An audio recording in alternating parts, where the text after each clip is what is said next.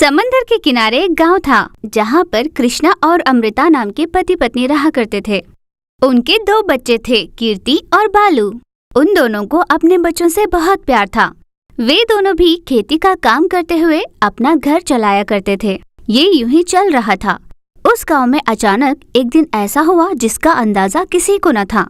वही सुनामी। उस गांव में सुनामी के कारण सभी लोग चींटियों की भांति बहते जा रहे थे। अचानक आई इस सुनामी के कारण कई लोगों की जान हानि हुई, पर भगवान की कृपा से कीर्ति और बालू किसी तरह बच गए थे। पर अपने माँ बाप के साथ न होने के कारण वे दोनों बहुत दुखी थे। वे दोनों अकेले हो गए थे। उन पर ध्यान देने वाला कोई नहीं था। उनका कोई सहारा नहीं बचा था। रो रो कर उन दोनों का बहुत बुरा हाल था। वे दोनों एक दूसरे का हाथ पकड़कर एक दूसरे को दिलासा दिया। वे दोनों कहीं भी नहीं जा पा रहे थे। हर तरफ पानी ही पानी था। यूं बहते हुए वे दोनों कृष्णापुर नाम के गांव पहुंचे, पर वहां भी हर तरफ पानी था। चारों ओर पानी ही पानी था। उन दोनों के पास बचने का कोई आसरा नहीं दिख रहा था।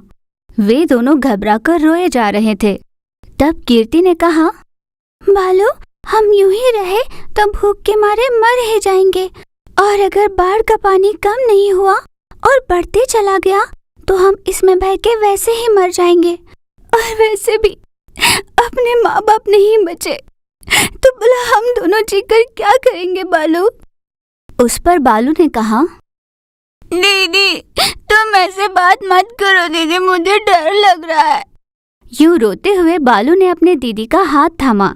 उसी समय वहाँ पर एक लकड़ी के चकले पर बैठी एक औरत भगवान के रूप में वहाँ पहुँची। उस औरत ने उस चकले पर चूल्हा जलाकर रखा था और कुछ जरूरत का सामान भी रखा था। उस औरत ने बच्चों को देखकर कहा, बच्चों यहाँ आओ, आओ तो। ऐसा कहकर उस औरत ने दोनों ही बच्चों को चकले पर बिठाया। वे दोनों ही उस औरत को आश्चर्य से देख रहे थे। बच्चों, तुम्हें देखकर लगता है तुम दोनों बहुत दुखी हो और लंबे समय से भूखे हो। क्या इस बाढ़ में तुम्हारे माँ बाप बह गए हैं? कीर्ति ने उनसे कहा, हम नहीं जानते कि हमारे माँ बाप कहाँ गए हैं। बहुत समय से उनका कोई पता नहीं। उस औरत ने उन दोनों बच्चों को दिलासा दिया और उन्हें खाना खिलाया। दोनों ने खाना खाकर थोड़ी देर विश्राम किया। उस चकले को तैराते हुए वो औरत उसे आगे बढ़ाती रही। यूं ही बढ़ाते बढ़ाते 2 दिन बीत गए। उन्हें पता भी नहीं चला कि 2 दिन कैसे बीते। वे दोनों यूं ही उस चकले पर खाते पीते और सोते हुए दिन बिताते चले जा रहे थे। उन्होंने नरक जैसा अनुभव किया था। ऐसे ही 1 हफ्ता बीत चुका था। उस औरत के पास रहा सामान खत्म हो चुका था। वे तीनों भूख से तिलमिला रहे थे। दोनों ही बच्चे अपने भूख को मारकर कुछ न कहते हुए उस औरत की ओर यूं ही देखे जा रहे थे, क्योंकि बच्चे भी वहां की स्थिति को समझते थे। अन्न के अभाव में वे दोनों कमजोर होकर वहीं बेहोश होकर गिर जाते हैं और वो चकला बहते हुए एक पहाड़ी इलाके के छोटे से नदी के पास पहुंच जाता है। उन दोनों को धीरे से होश आया। उन्होंने आंख खोलकर देखा तो आसपास पहाड़ी और जंगल का इलाका था। ऐसी कमजोर हालत में ही वे तीनों धीरे से अंदर तक पहुंचते हैं। वहां उन्हें कुछ फल दिखाई देते हैं। औरत ने बच्चों से कहा, बच्चों, अब हम बहुत दूर आ चुके हैं। यहाँ से लौटकर नहीं जा सकते। यहाँ पर खाने के लिए बहुत फल मिल जाएंगे और रहने का बंदोबस्त कर हम तीनों अब से यहीं रहेंगे, ठीक है ना? और रही बात कपड़ों की, तो जो है उसे में गुजारा कर लेंगे और नहीं तो पत्ते लपेट कर रह लेंगे। उस औरत की बातें सुन बच्चों ने हाँ कहा और वहां रहने के लिए राजी हो गए। उन्होंने देखा कि कुछ लोग वहां पर लकड़ियां तोड़कर और फल लेकर जाया करते थे। लगता है यही आसपास कोई गांव है, इसीलिए ये लोग यहाँ दिखाई दे रहे हैं। और जैसे सोचा था, सच में वहाँ एक गांव था। उस गांव पहुँचने के बाद उन्हें पता चला कि गांव के सभी लोग पहाड़ी इलाके जाकर वहाँ से लकड़ियाँ और फल तोड़कर लाया करते और गांव में उन्हें बेचा करते थे और उन्हीं पैसों से घर चलाया करते थे।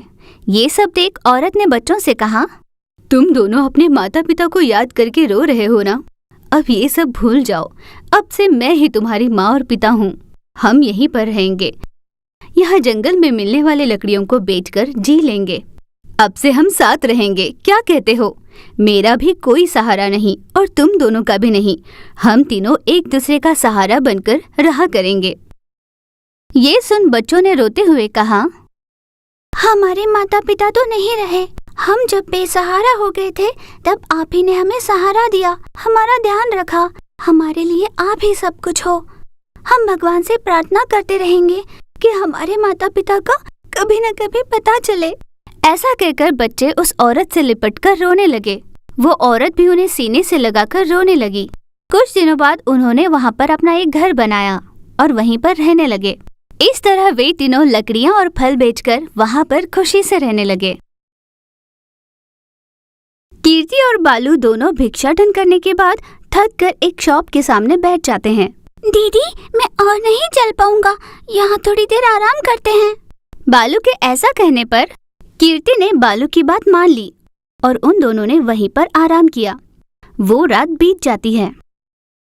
उसके अगले दिन शॉप की मालकिन वहाँ आकर कहने लगी, कौन हो तुम लोग और यहाँ क्यों आए? अरे रे, कितनी बदबू आ रही है तुम्हारे पास, चलो उठो यहाँ से। ऐसे वो डांटने लगी।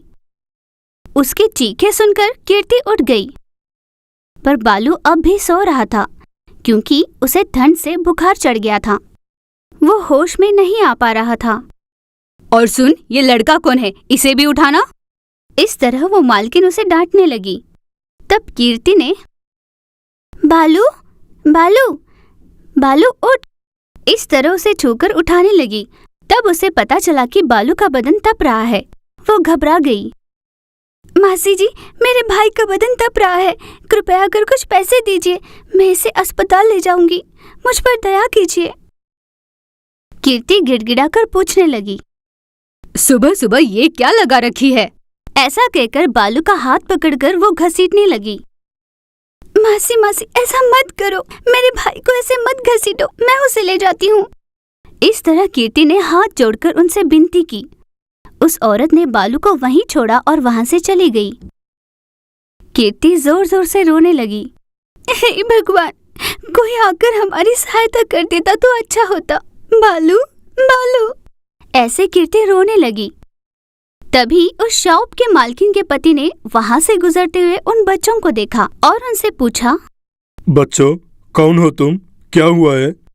उस पर कीर्ति ने रोते रोते जवाब दिया, चाचा जी, हमारे माँ बाप नहीं हैं, हम अनाथ हैं, हमारी मदद कर दीजिए। मेरे भाई को बहुत बुखार है, मेरे पास पैसे भी नहीं, हम पर दया कीजिए। ऐसे रो रो कर गिड़गिड़ाने लगी। उस आदमी को बच्चों पर बहुत दया आई। वो तुरंत उन दोनों को लिए अस्पताल चला गया। वहाँ डॉक्टर ने बालू की जांच की। इसको तो टाइफाइड वाला फीवर है, बहुत तेज बुखार है। ये दोनों बच्चे कौन है शंकर? इन दोनों में पोषण की बहुत कमी है। देखो, उस लड़की को देखते ही पता चलता है। पावनी, ये तो मैं भी नहीं जानता कि ये बच्चे कौन है। सड़क पर बेचारे परेशान हो रहे थे, इसीलिए यहाँ ले आया हूँ। चाहे जितना भी खर्चे, इस बच्चे को इलाज कर दो। अरे शंकर, ऐसे बच्चों की तो मैं मुफ्त में इलाज कर दूंगी, तुम चिंता मत करो। पहले इस लड़की को कुछ खिला लाओ, और हाँ, उस बच्चे के लिए दूध और ब्रेड भी लाना। डॉक्टर के ऐसा कहने पर शंकर ने उसकी बात मानी और कीर्ति को अपने साथ खाना खिलाने ले गया। कीर्ति ने पेट भर खाना खाया। वो रात बीत जाती है। शंकर ने उन बच्चों का बहुत ध्यान रखा। कुछ दिनों बाद बालू का बुखार पूरी तरह से ठीक हो गया। शंकर उन दोनों बच्चों को साथ लिए अपने घर चला जाता है। उन दोनों बच्चों को देखकर शंकर की पत्नी ने कहा, इन भिखारी बच्चों को घर क्यों लाए हो? शांता, थोड़ा शांत हो जाओ। इन बच्चों का इस दुनिया में कोई नहीं है। हमारा भी तो संतान नहीं। हम अगर इन्हें पालेंगे तो इसमें गलत क्या है? ऐसे सड़क से उठाकर लाए हुए बच्चों को पालना मुझे पसंद नहीं। अब जो भी हो, तुम लेकर आए ही हो तो मैं कुछ नहीं कहूंगी। शंकर की पत्नी ने ऐसे कहा। उसके बाद शंकर ने उन दोनों बच्चों को खूब नहलाया और उन्हें साफ कपड़े पहनाए। वो बच्चे वहीं रहने लगे। पर शांति को बच्चों का वहाँ रहना बिल्कुल पसंद नहीं। वो हर समय उनकी पिटाई करती और उन्हें डांटा करती। उनका बिल्कुल ध्यान नहीं रखा करती। ऐसे कुछ दिन गुजरते हैं। एक दिन शांता की सेहत बिगड़ जाती है। कीर्ति ने उसे देखा। मासी, क्या हुआ? अरे, आपका बदन तो बहुत तप रहा है। कीर्ति ने तुरंत उसके माथे पर पट्टी रखी और बालू ने उसके पैर पर तेल की मालिश की। ऐसे समय पर शंकर का घर पर ना होना बच्चों के लिए थोड़ा मुश्किल हो रहा था। कीर्ति ने एक काढ़ा बनाया जो वो जानती थी और उससे उसने बुखार कम करने की कोशिश की। 2 दिनों के बाद उसका बुखार कम हुआ, पर उसमें अब भी कमजोरी थी। 2 दिन के बाद शंकर घर वापस लौटा। बच्चों ने उसे सारी बात बताई। शंकर तुरंत उसे अस्पताल लेकर गया, पर उसे बुखार बिल्कुल भी नहीं था। बधाई हो शंकर, तुम बाप बनने वाले हो। इनको बुखार तो बिल्कुल भी नहीं है। कौन सी दवाई दी तुमने इसे? लगता है कोई जड़ी बूटी दी होगी। इनका गर्भाशय खुल गया है। ये सच है या नहीं मुझे समझ नहीं रहा। डॉक्टर के ऐसा कहने पर शंकर ने उसे सारी बात बताई। ये सुनकर डॉक्टर आश्चर्यचकित हो गई और बच्चों से उसने पूछा, जो जड़ी बूटी वाली दवा तुम्हें कैसे पता? हमारे दादा दादी ने हमें ये सिखाया। उन्होंने कहा इस काढ़े से कई बीमारियां कम होती है। उनके जाने के बाद हम सड़क पर आ गए। कीर्ति ने रोते हुए सारी बात बताई। रोना मत, तुम्हारे वजह से भला ही हुआ है, ऐसे डॉक्टर ने कहा। शांता ने बच्चों को अपने पास लिया। बच्चों, मुझे माफ कर दो, मैंने तुम्हें बहुत सताया। आज मैं तुम्हारी ही वजह से माँ बन रही हूँ। मैं माँ बन भी जाऊं तब भी तुम्हें ऐसे ही प्यार करूंगी। ऐसा कहकर शांता ने उन दोनों बच्चों को अपने गले से लगाया। शंकर ये सब देखकर बहुत खुश हो रहा था। उसके बाद वे सभी अपने घर लौटे और आने वाले बच्चे के बारे में सोचकर वे सभी साथ में खुशी खुशी रहने लगे। अगर ये कहानी आपको अच्छी लगी तो लाइक और कमेंट करना और ऐसे इंटरेस्टिंग स्टोरीज के लिए इस चैनल को सब्सक्राइब करना। Thank you for watching.